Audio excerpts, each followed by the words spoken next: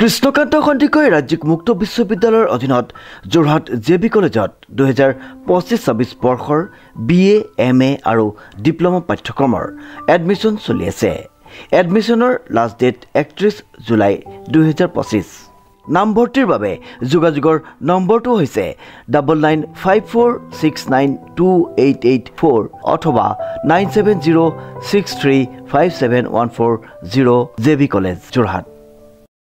নমস্কাৰ, বিশেষ বাতৰি ষ্টুডিঅ'ৰ মজিয়াত মই লিপিকা। ষষ্ঠতম অসম ৰাজ্যিক কিক বক্সিং প্ৰতিযোগিতা আৰু আস্মিতা কিক বক্সিং লীগ প্ৰতিযোগিতা অনুষ্ঠিত হয়। নিউজ নাওৰ এক বিশেষ প্ৰতিবেদন।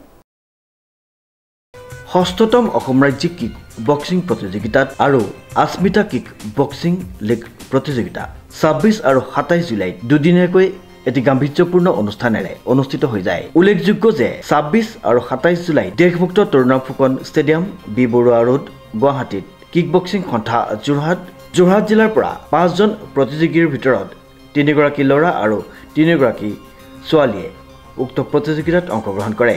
উক্ত প্ৰতিযোগিতাত অংশগ্ৰহণ কৰি 2টা সোণৰ পদক আৰু 3টা ৰূপৰ পদক পাবলৈ সক্ষম হয় যোৰহাটৰ খেলুৱৈকেইগৰাকীয়ে যোৰহাটবাসী ৰাইজলৈ গৌৰৱ কঢ়িয়াই আনিলে। যোৰহাট জিলালৈ গৌৰৱ কঢ়িয়াই আনিবলৈ সক্ষম হোৱা খেলুৱৈকেইগৰাকী হৈছে আকাশ গগৈ, 18 বছৰ, 60 কেজি, তেওঁ সোণৰ পদক পাবলৈ সক্ষম হয়। অন্যহাতে অৰবিন্দ বৰুৱা মাষ্টাৰ 74 কেজি শাখাত সোণৰ পদক পাবলৈ সক্ষম হয়।